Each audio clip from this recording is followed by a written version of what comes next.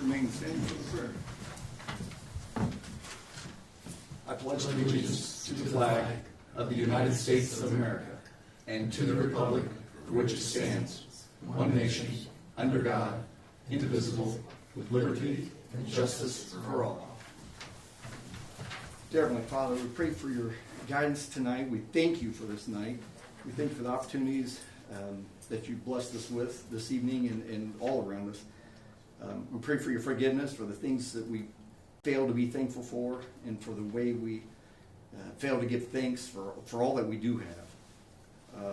And we pray for wisdom in the decision making tonight, and also to help light a fire within this community, within each and every individual, that the decisions and the actions and the development of this community and the strength and the growth of it is in the hands of all of us as a community, because that's the very definition of a community. So bind us together, Father, and guide us and lead us. In Jesus' mighty name we pray. Amen. Amen. Amy, if you would, roll call. Gary Elliott. Here. Bob Langley. Here. Jason Burr. Here. Tim Heiss. Here. Tito Prius. Here. All right. Trust that you've had an opportunity to review the consent agenda. We do have one addendum. The ADC is just for your review at the moment. It's not actionable at the moment. But we have an addendum from Tim from, is it Jenkinson's? Yeah, RJ. Okay. RJ Enterprise. Okay. Tree Service. RJ Tree Service, I guess you call it. Right? Okay. And do you have any details on that? That we took down, and it's been a while, we took down a tree on an emergency basis on an alley that was dangerous, and we've kind of let it slip between the cracks here on the billing on it, and it's but it was like it's $1,800 for a rather large tree. Like I say, it was pretty dangerous up by the Christian church and the Catholic church. Okay, and there's a And yep. Presented a threat, and I think we just talk about edit from that, or where were we talking about paying for that, funding that? I think we talked about edit. I think we talked about edit, yes. Okay. But they've been patiently waiting for quite a while to get that invoice taken care of. So that would be an addendum to tonight's consent agenda. Yes.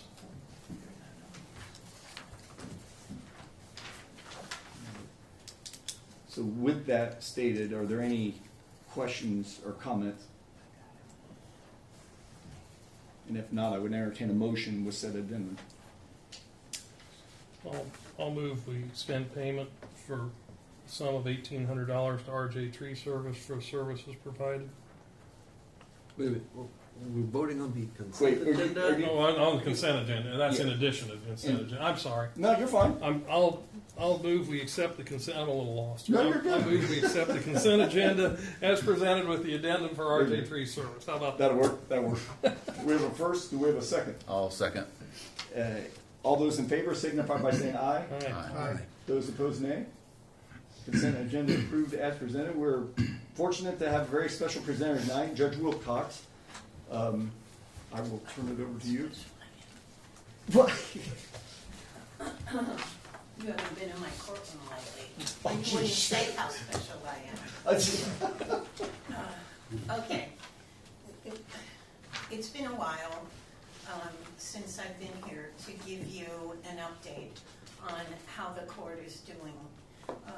We've adjusted to the new environment here, I think, fairly well. I'm still getting used to the heat. Sometimes it's... Yeah, I'm always hot, as my husband will tell you. I mean, it's something to do with age. Stop it. This is being broadcast. I sent you all an email. I apologize for the delay in sending it out. I wanted to get it to you sooner, but we've had a few medical issues that we've had to address. So in looking at the last 5 years, including a little bit about 2026, which I'll give you what I know so far. We've increased significantly the funds that we have taken in. Part of that is because I now hear all of Randolph County. We now have an interlocal agreement with every city and town in Randolph County for me to hear their traffic and ordinance violations. And it has presented some challenges.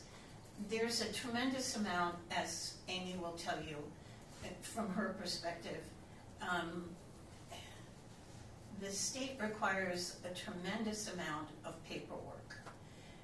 I have to comply with a zillion, maybe not quite, but almost, statutes on their litigant rights, how swiftly I hear the case, how I have to make a resolution in a timely manner. It requires a great deal of paperwork, and that's just the case processing. That doesn't have to do with the financial aspect. We have to open a till every morning. Every penny that we take in has to be deposited that day. It can't be kept at the court. It requires a lot of processing by my clerk. This year, I'm expecting that we will exceed $135,000 that we'll take in. Now, of course, the state of Indiana takes the majority of that, right off the top, which we have no control over. The Supreme Court makes those decisions along with the legislature. But the caseload is my big concern. We've done a good job of processing. I was telling the mayor that we're considered one of the most efficient small town courts in Indiana. I was privileged to do a presentation at the last year's judges conference on how to run a small court like a business. So I'm very grateful for that. But the caseloads have become really kind of astronomical. My part of it as the judge, you know, you pay me a salary, you don't pay me by the hour. So I do what needs to be done whenever it is. But my clerk is another story. And she is working herself ragged to try to keep up. Last year, we had almost 1,200 cases. 4 years ago, we had 672. So we've doubled our caseload in just 4 years. I feel like if you look at what I've given you, that I've justified increasing my clerk's position to a full-time position. She's already exceeding, and I've talked to Amy about this, she's already exceeding the hours she should be working as a part-time person just to keep up. And I think it's going to get even worse. More jurisdictions inside Randolph County are being more concerned about ordinance violations and the appearance of properties. And so we're getting more of those ordinance violations.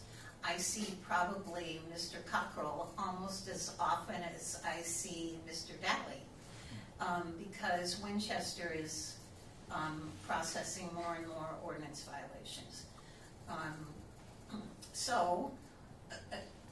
I've already convinced the mayor, but I'm hoping I can convince you that moving her position to a full-time position would be in the best interest of the court and the community. There's a couple of other points that I want to make.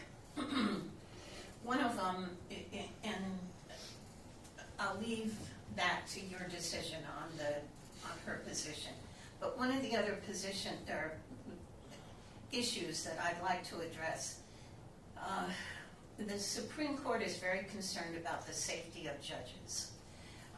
Ever since the shooting of the judge and his wife in Lafayette. I have not done this yet because I've been trying to get so many other things done.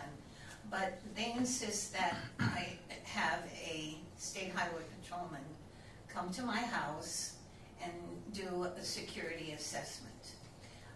I have been actually very blessed. Most of my litigants are fairly, if they aren't happy, they are at least respected when they leave. We try to be very courteous and helpful to people. Most of my litigants are pro se. This is the only time many of them, if not most, have ever been in a courtroom.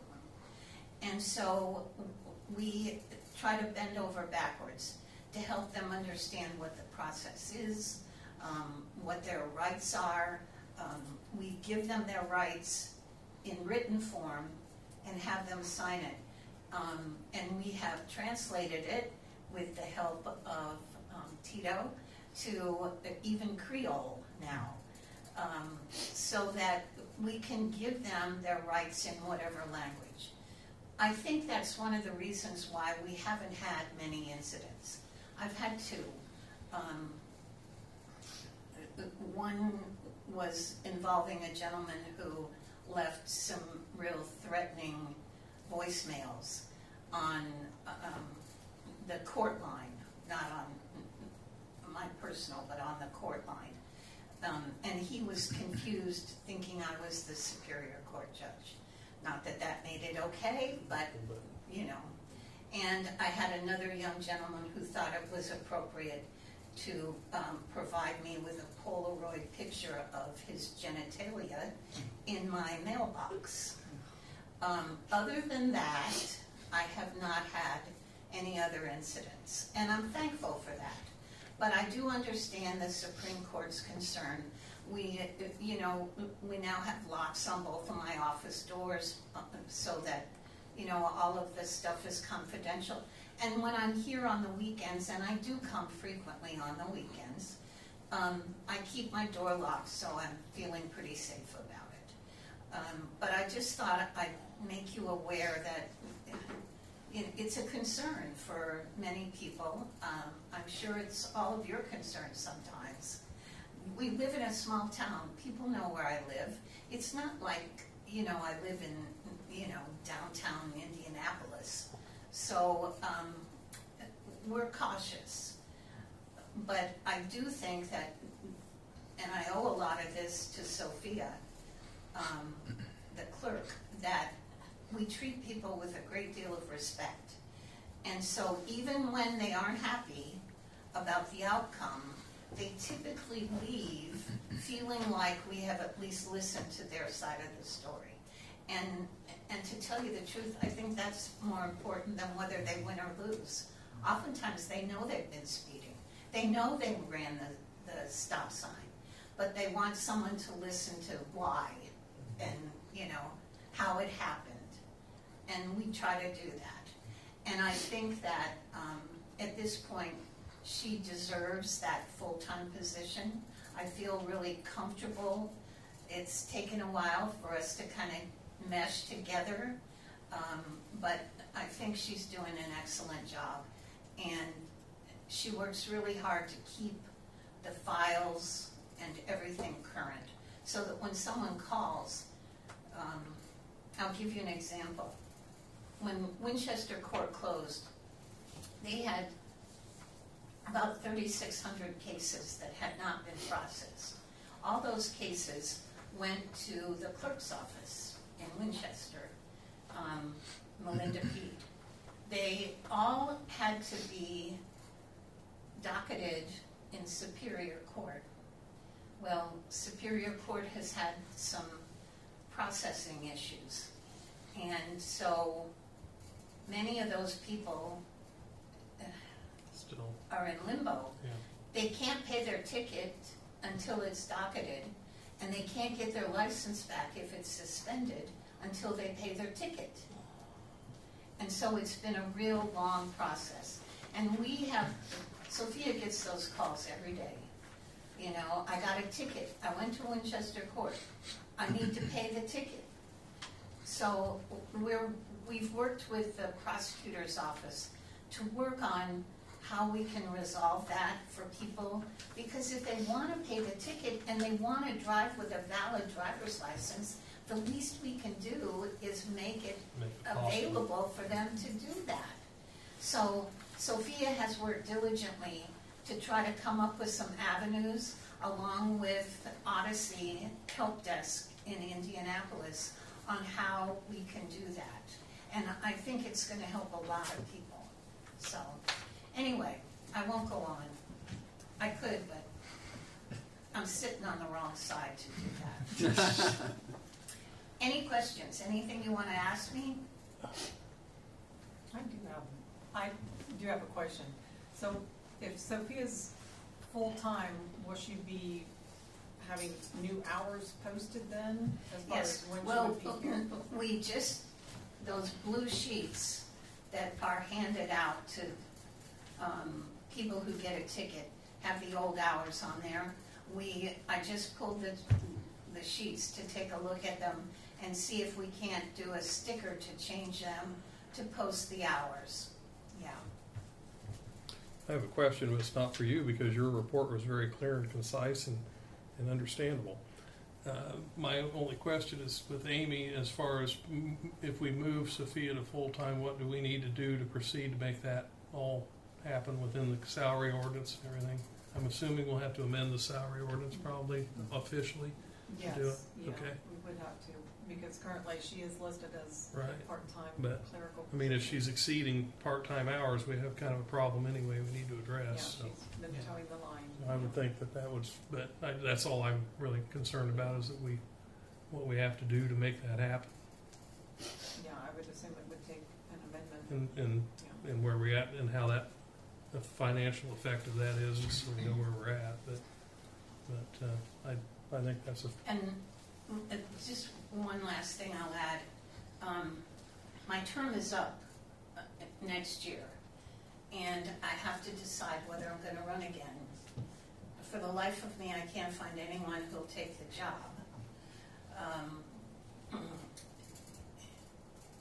If I run again, I'm diligently trying to clean up a lot of old case files that have been hanging around for, I've got like 26 years worth of old files. I don't want to give that to someone new.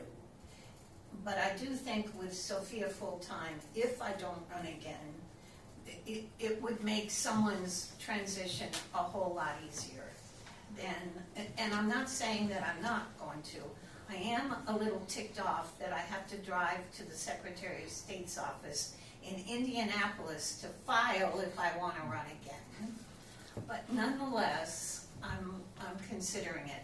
A lot of it depends on how we are and our health issues are. So, but I do think that her being full-time would help that. Did the state take off did the state relax the residency requirements on this judgeship? Here's what it is now. I knew there was talk of that. First of all, it has to be an attorney, so someone with a master's in criminal justice like me is not going to cut it. Right. If it's like a concentric circle, it first is supposed to be in the city in which you are the judge. Mm-hmm. If there is no one, then it moves out to the county. If there is no one, then it moves to the county where your courtroom for the city court is the closest to their courtroom, which we've already checked it out, and it's actually Jay County that's the closest. Mm-hmm.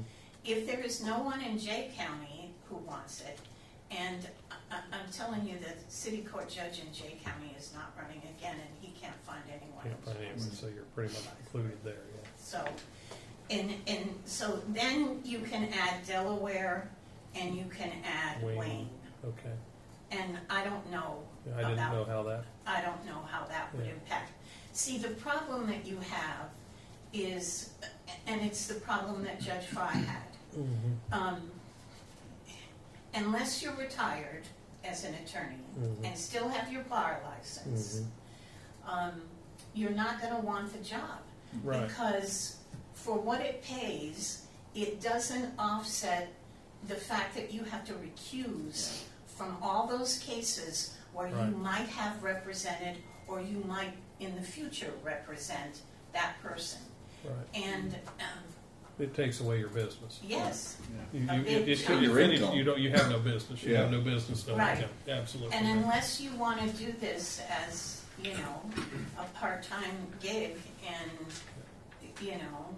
and I just can't imagine that someone from Richmond or Muncie is going to want to drive here to do that when they have a law practice. Yeah. I don't know. I could And, be and wrong.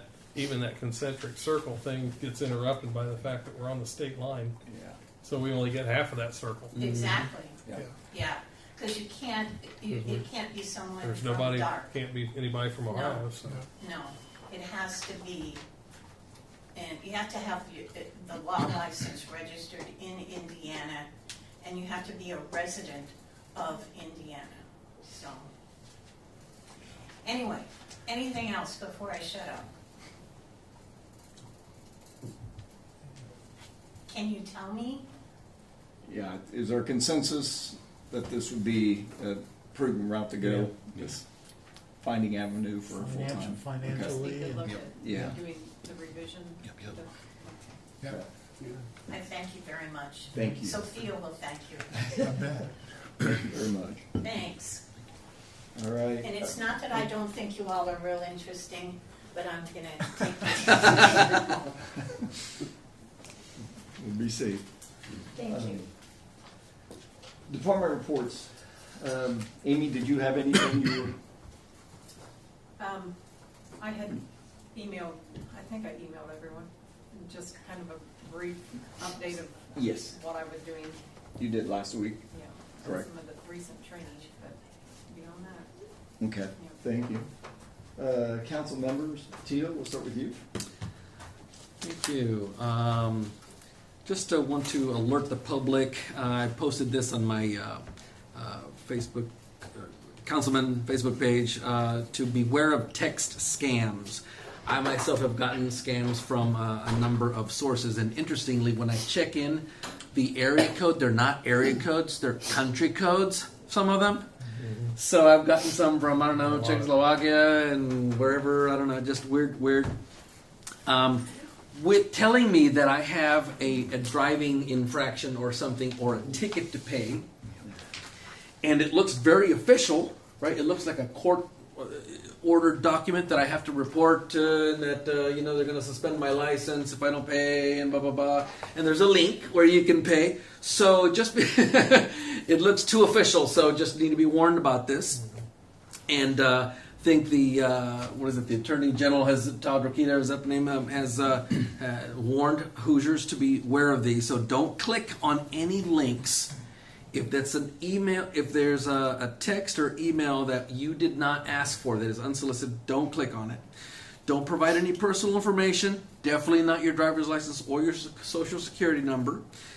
Do not share any card or account information through text messages or unverified links. Report unwanted text messages as junk on the app that you're using, and block the phone number or email address. Contact your phone provider, you could, right, for call text blocking solutions if you need to. And you can also forward any spam emails to the Federal Trade Commission at spam@uce.gov. So that's spam, S-P-A-M, at uce.gov. And you can report it at reportfraud.ftc.gov. So that's Well, before you finish there, I'll add that it's tax season, so Yeah. they're throwing out IRS and Indiana state tax documents. And one of the things the IRS will tell you, we never call your phone. Everything's contact through mail. Yep. Everybody needs to know that. And anytime anything like that comes up, you want to independently confirm Yep. separately that you're. Yeah. But yeah, the IRS will not contact you by phone or anything. And what's sad, those calls can be frequent sometimes. Yeah. And what's amazing, it's the exact same voice, and each time it's a different name. Yeah. Oh yeah. Yeah. So you've talked to them? No, they'll leave voicemails. They leave They'll leave voicemails? Oh yeah, they'll leave voicemails. Yeah. Yeah. They're So- saying that you know, they can help you with your your taxes that we see that you owe, and Yeah. Wow. yeah. So Sorry to interrupt, but No, you're good. Thank you. Yeah. It's important that people know this. Just wanted to also alert the public in Union City, Indiana, and surrounding areas on the Indiana side that there will be only one voting center in the Union City, Indiana side this year. And so the community room will not be used as a polling center. It will only be at Trinity Lutheran. So both for the primaries and for the general elections late in November. You mean they're going to let us vote? I'll say no more. Okay, neither will I. Apparently, I mean, whatever. Anyway, also, just want to let people know that on Thursday, March 26th, the Randolph County Farm Bureau is organizing a Meet the Candidates event at the 4-H Fairgrounds. That's this Thursday, March 26th. Doors open at 6. It starts at 6:30 p.m. That's at the 4-H Fairgrounds, 1885 US 27, so just south of Winchester. That's all I have. very good. Thank you. Tim, anything? I don't really have anything to add tonight. Jason? I wanted to mention there will be a free, I repeat, free community CPR and first aid class April 4th from 9 to 12 at the high school library. April 4th, 9 to 12, high school library. It's a huge thing, actually. What's the time again? 9 to 12, 9 a.m. Oh. to 12. April 4th? April 4th. Does that cost or anything? No, it's All free. Free? Very good. Thank you, Jason. You're welcome. That's all I have. Bob? I don't have anything. you're probably won't. Gary? Nothing. A couple other guys too. Okay, yeah. I figured he was. Just hand it over. Okay, the one update I had, we're still waiting on insurance verification or reply, actually, response, unless Amy's heard something today, but I don't reckon that she has, regarding the covered bridge. I have not. Okay, I did not think so. The one thing I wanted to share, and I don't know if I can find this email now. My goodness gracious, things get lost in a hurry, don't they? What would 2 weeks ago be when it happened? It was. 19, 20.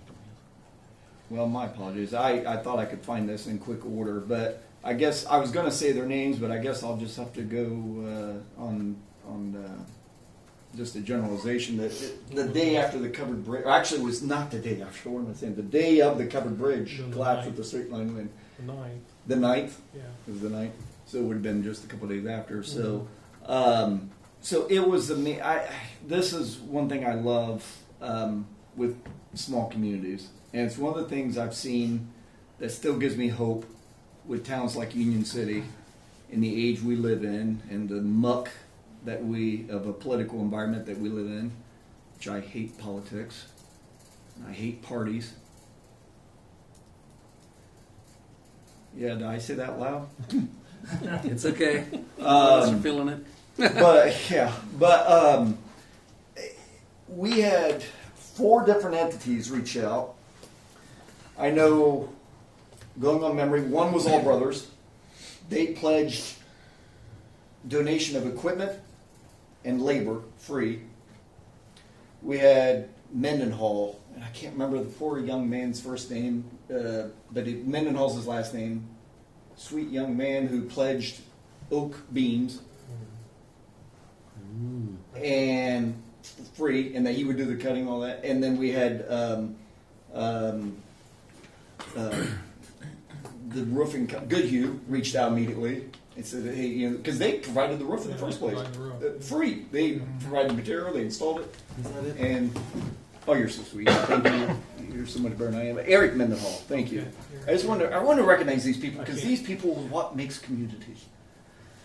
And then Jim Dubinsky reached out and said, offered from the Lions Club at the state level, said the state level that because they actually, it was their, you know, they claimed the bridge, they had their sign on it and everything, and they pledged from the state level assistance to make sure that this thing gets recreated and repositioned structurally to where, I think I heard steel reinforcements, as, you know. Yeah, and I'll add something to your list is Scott Byram, who's been talking to you otherwise about the shelter house and so forth, and the engineer that he's talking with is willing to look at the bridge situation, so we get it engineered. Yeah, he's looking at it tomorrow morning at 9 o'clock. Yes, okay. yeah, you're right. And Yes. so you and I have both had conversations, very productive conversations with Scott. Yeah.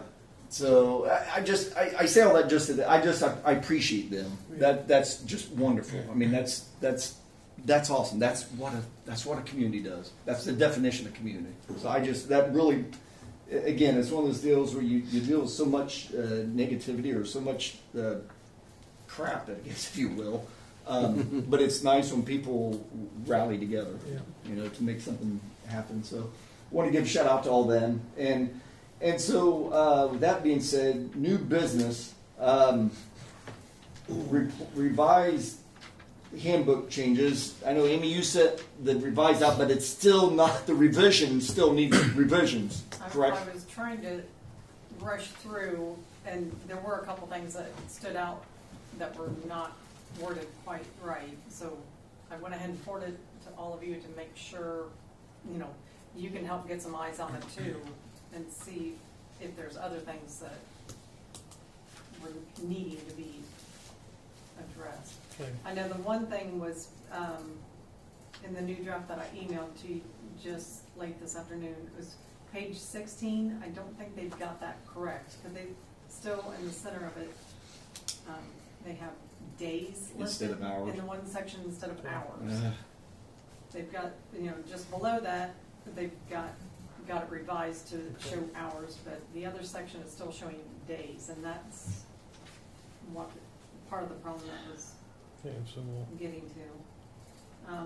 And then on page 17, that did not seem consistent either, because it looks like they're reading it two different ways. They're saying about the carryover, it can either carry over up to 40 hours or be paid out for up to 40 hours of unused vacation. But then in the next sentence it says remaining vacation benefits, what is that?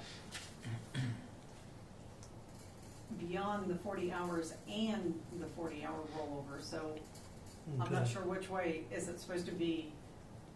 You can either get paid out for 40 or roll 40, one or the other, or is it 40-hour payout and 40-hour rollover?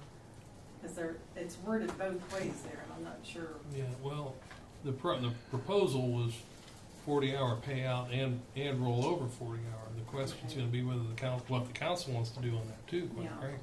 And then another thing it doesn't list here, and Cindy said, you know, during that meeting it was discussed that it was to have a cap of 40 for the rollover. Right, yeah, So you you'd couldn't only, just get 40 hours this year. you 40 can't hours, just potentially you know, roll it yeah. over, yes. So And it doesn't, that wasn't clear in the wording on that as far as capping it. And that should be, and that was the conversation actually I had with Steve, was that would be capped. I know I had that with Steve and even Mark, I think, but that would be capped, but it's not clear But in there. it's not, I don't see it listed in Yeah, there. if there's And roll those were the ones that- carryover, it wasn't clear that it's capped. I think the 40 hour, so the page, what was it, page 17, I think that's accurate. Because they're saying the first or is that either one of them could be carried over or paid out. And then the second part is saying that whichever one you pick of the two. So the and is, of the two, that can't be done.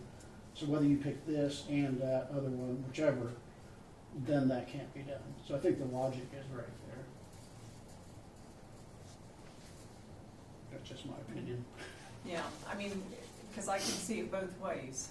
So it kind of seems open to interpretation, which we're trying to get away from interpretation and have black and white, so Yeah. we don't run into an issue. I do want to point out, so, because there was a lot of stuff said in the last Board of Works meeting, so the opinion that I had on those comments on the blue page that I have in the packet, those recommendations were my recommendations. And, and I still feel pretty strongly about them because, we've had this discussion with the upcoming decreases in money coming in the very near future. My concern is, okay, if we start giving more, are we going to be able to sustain that going forward? So, I know the Board of Works recommended, okay, let's go ahead with it, but I still have concerns, and I feel like if I didn't point that out, that'd be a problem for me to be able to accept. So, we just need to be mindful going forward, are we going to be able to sustain whatever we decide to do?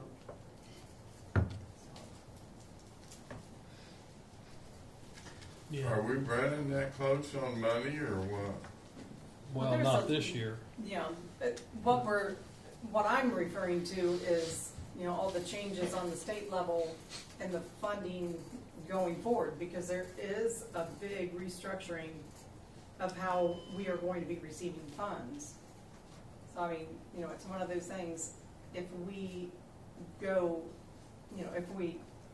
and I'm not saying, I feel like our employees deserve every dime, but in the same breath, once you set the salary and everything at a You gotta certain be able level, to back it up. Right. yeah, we don't want to lay off people either. So, Right. that's just one of the concerns that I have. Yeah.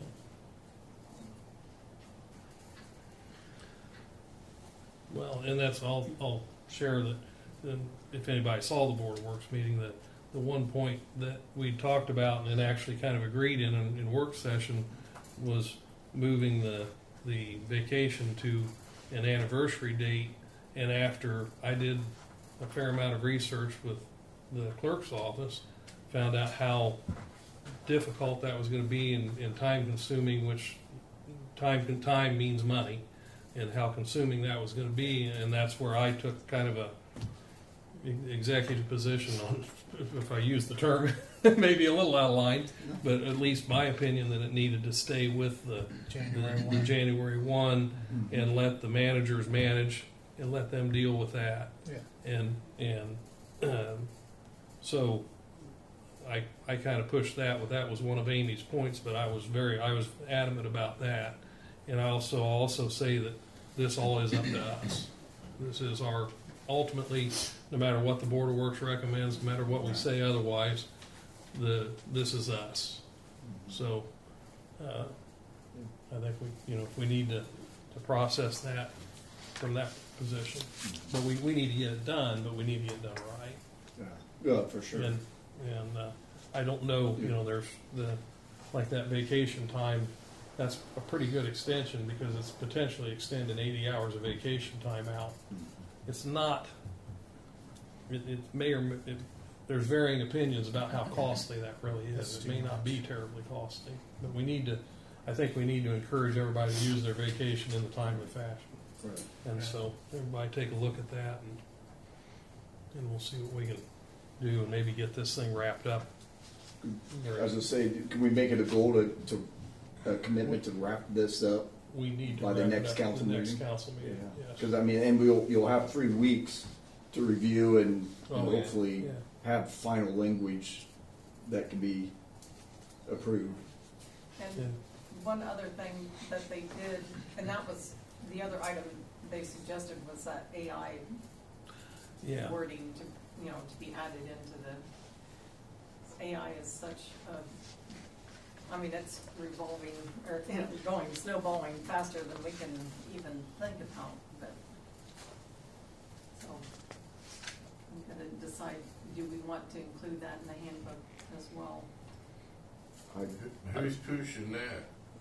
Well, Well, no, it's, that was a recommendation of the group that builds the city handbook. well, let me clarify that a little bit for you.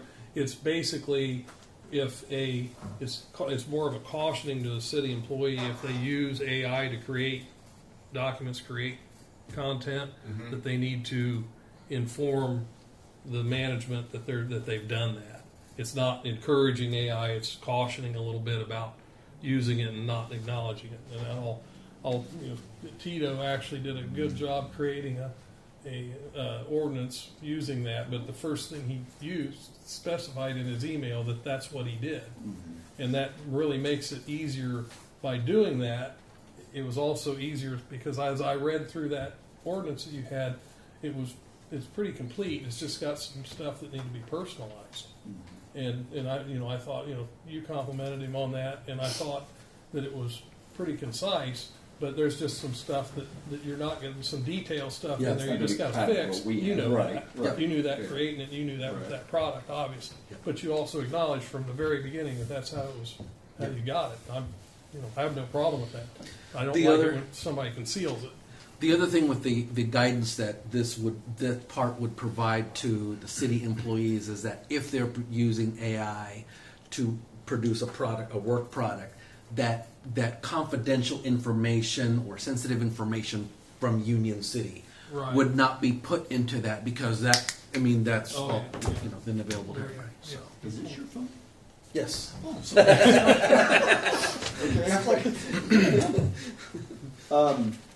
Tim, the Pearl Street storm structure repair quote. So I put eyes on this.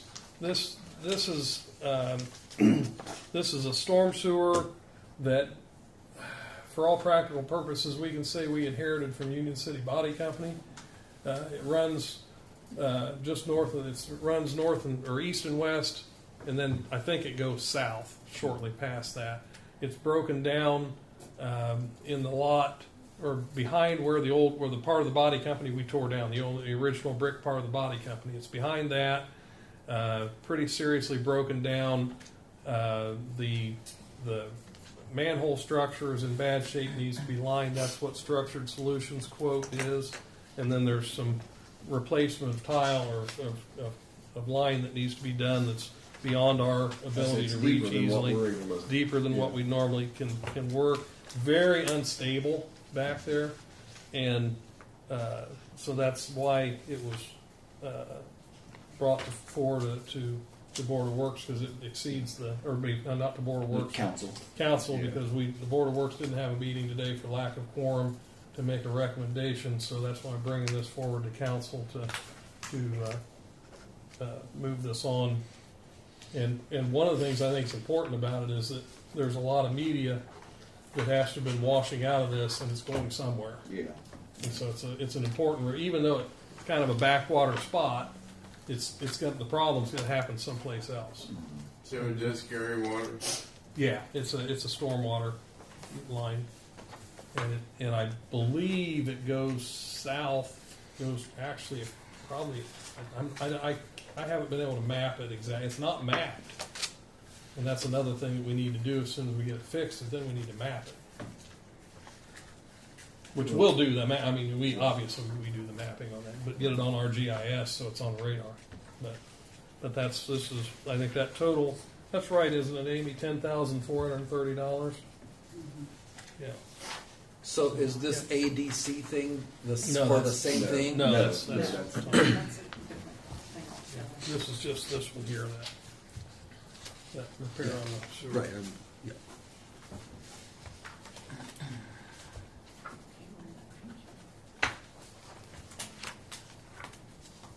Oh, okay. So like I say, when I looked at it, there's a lot of what was put in there at some time looks like pit run, very collapsible. It's going to be a dicey job even for them I think that's Diggett, I think, is going to do the repair on that. That was all included in this on the point repair. As That covers the Diggett work too? I think, yeah, it's both the Diggett and the Structured. I think Structured did the thing and then subbed the part of it that they can't do. Pretty typical on that. Vote on that? Are there any questions from council?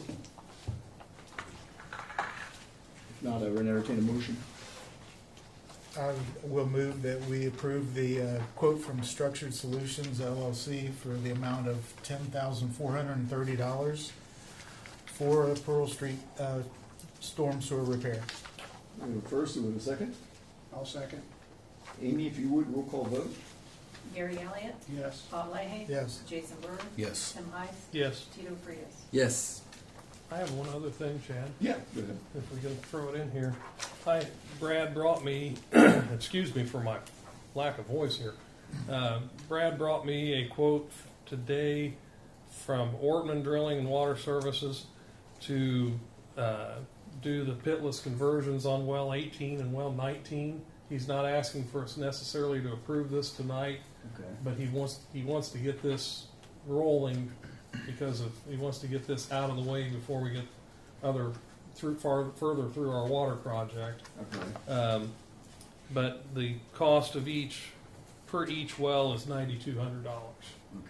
and that's what we've done with the conversions on these other wells that have made our serviceability quite a bit better. They need to be serviced anyway, and so then when he's done this, then we do that. Is he hoping to tie it into the extension project? Well, Or that- I think he's looking at putting that in contingency. Yes, Okay.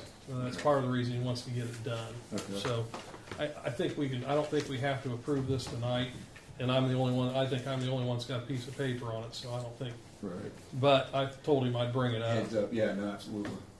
Well, yeah, I was gonna say that's the whole point. This of is- contingency funds. And This is a something we've been doing on, and that I don't know if anybody remembers that we've done this on some other wells, partly because the wells, the way they were set up before they're converted, are a little difficult to service, and the new way they're serviced, it saves us substantial amounts of money on the service later when we pull them.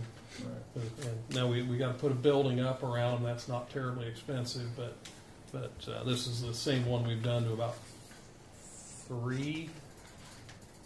We've done at least 3. So Very good. Okay. Okay. Well, thank you. yeah,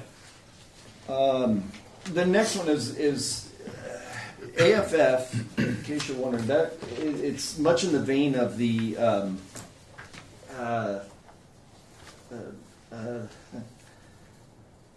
good grief! I'm trying to think the drug names are coming to my mind. I'm trying to think of it. like the the opioid. Opioid. settlement Thank you. type setup. Yeah, The opioid settlement from years ago. Thank you so much. This is much in the vein of that. It's not a local thing. It's more of a national case that's been brought to our attention from our legal firm in Muncie. Our legal firm, Deferred Duran, asked us if we were aware of this. Neither Amy nor Steve nor I had heard of anything about it. And so we consulted with them, and they put us in contact with the firm that's actually handling it. And that firm is listed in your Stag Luaza. And I'm probably pronouncing that wrong, but it all stems around a substance called polyfluoroalkyl. Yeah. So polyfluoroalkyl, if you're not familiar with it, which I was not at the time, it was actually a substance that was used a lot like in fire suppression, like that fire departments would use.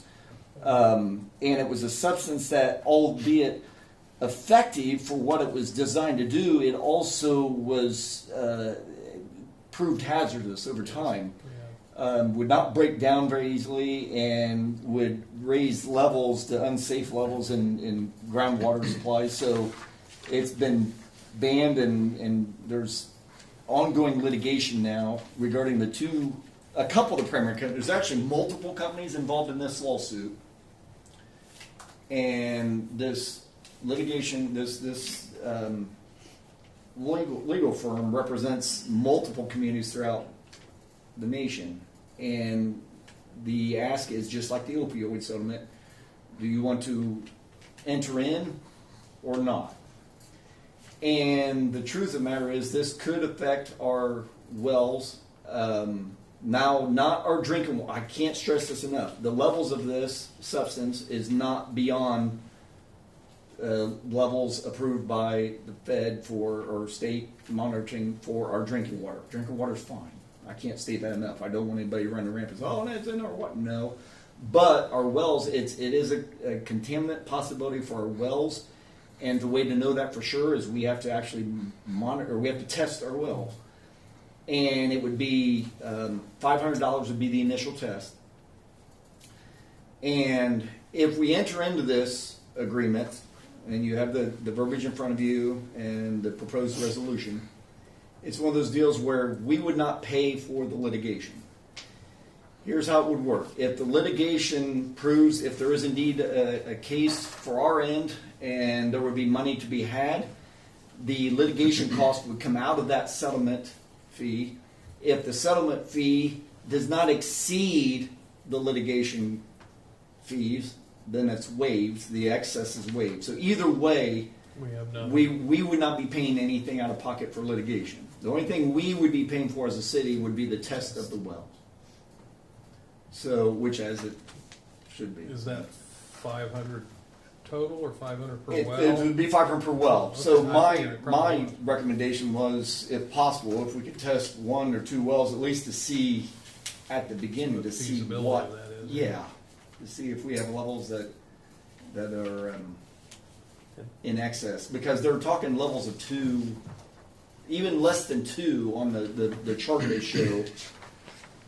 There's still settlement funds to be had for that. Yeah.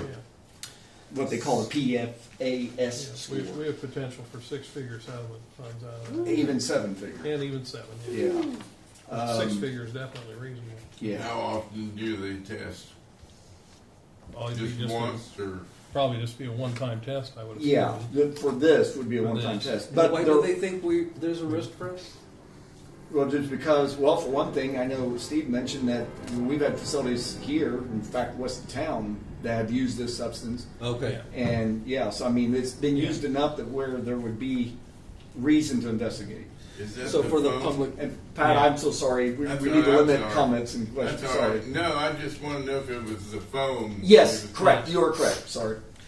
so for the public who follows a little bit about natural health and stuff, it's PFAS, right? Yeah. So perfluoroalkyl, right? And these are they're called the forever chemicals, Yeah. right? So some products we actually use on a daily basis have these forever chemicals, but you wouldn't want that in your water, Right. right? Because they go in your body and they never come out, kind of thing. And they're toxic. They can cause Yeah. various things. I won't want to say because I may not $500 get it right. cover the analysis and the report. That's the way it was posed to us. That's a great question. I I'll would have to want Brad to be a verify part of this to know for sure. That's the way they said their test. Not that I'm not suggesting it's not worth it, Right. No, that's a great question. That's kind of the way Brad presented it to Yeah. me. because we have several wells. Yeah. It would If you be. get one positive, then you're gonna test them all. Yeah. Yeah. That's the way Well- Brad presented it to me, was that was the all inclusive on each, or on that, yeah. Okay. Because he brought that up to me. I've got, so. Okay. So that's where we're at now. The other thing to consider in this is the opioid settlement. There were restricted funds, and it was very restricted in terms of what could be done. There are no restrictions on these funds, Yeah. so they could go right back into the water and wastewater. Probably, yeah, likely to put it right back to water. Right. So quick cost benefit analysis, $500. We have an analysis. We'll know whether or not we have this chemical in our water. And if we do, then we're eligible for this to participate in this litigation, Correct. where we could get a big kickback. 500 6 or 7 500 figures. per well, so. Correct, per Yeah, well. But per I- well. So, I mean, Oh, 500. So how many we're doing? Well, he Well, said that's- one or that's two. what we're That's, talking about. that's one of the things that we'll probably have to have a conversation about is how we approach it. And that may be some of the conversation between Brad and the people doing the testing. We'll We're have gonna to. have to go up with one on the north side and one on the south side. And, Yeah. But my thought process is the approach is that I don't want to not test and not know either. right. Because True. if Yes, there I is a agree. problem and we don't identify it, now we have to take that responsibility. And it's on our own. Yeah. Pat, So- What happens if you do find it? that we enter into the litigation. We're- You then we're in the no, litigation. no. Do you close the well? Well, that's just it. That's a good question. Stuff we'd have. I would have to defer to Brad and you know what they. You what see their what I'm goal is. talking about? Yeah. Oh yeah. Absolutely. It Absolutely. might. But I know- we got it, but what are you going to do about it? Right. Yeah. But like I said, I know the tests they do daily and weekly. That we don't have it in what's coming out of our faucet. I know that, but Yeah. that's not the issue. The issue is it getting your well. Period. Because it doesn't degrade very well. Yeah. And so long term, we could be looking at issues. So, Yeah, we've been very fortunate for a long time. my recommendation, I would encourage you to consider this route because this is. We spoke with a whole team. Actually, they're taking this very serious. We didn't just have one guy on the phone. We had 4 legal members of this team on the line, and they sent you rather extensive documentation, obviously, that kind of plays it out where your PFAS scores would be and what you would be looking at, but also kind of what the process is. And so I would encourage you to at least enter in to the agreement. So my view is when a major law firm tells you, "Hey, we're not going to charge you, but if you provide this information, we'll fight this for you in court, and if you might get a payback." They're gonna charge, they get a. They're getting paid. Yeah, trust They me. get- They're going to get paid from Yeah. the The settlement, settlement. We're not not from paying us. Yeah. Right. Yeah. Yeah. So All we provides the test, and then right. they pay for we the can't setup. afford to do it on our own. No. Yeah. I just what's our best move to proceed then as far as because It would be it actually would be the acceptance of the resolution okay. as proposed. I do have one question. Please. When you're looking at their steps to file for phase 2, the phase 2 testing claims form deadline is March 31st, so we're just over a week away. Right. So do you have any idea what is included, what they are going to be needing? Because Yeah, they need that's what they need. They need the resolution, the approval, so our that approval to is their proceed. requirement, because They, I was reading through the testing itself, they said they've got such a backlog that there's multiple communities. They're not getting their tests done By March 31st, Yeah, they correct. just need the acceptance. because there's only so many entities that do testing. So there's such a backlog that's not even happening in terms of on time. So we just need to accept But we it need by to, the- yeah, we need to accept entering in Then by we'll March go on there. and 31st. then we'll go on the list. Then we'll go on the list. Correct. Yeah. Okay. And then the testing is supposed to be done by July 1st then, from the looks of this timeframe? Correct. Okay.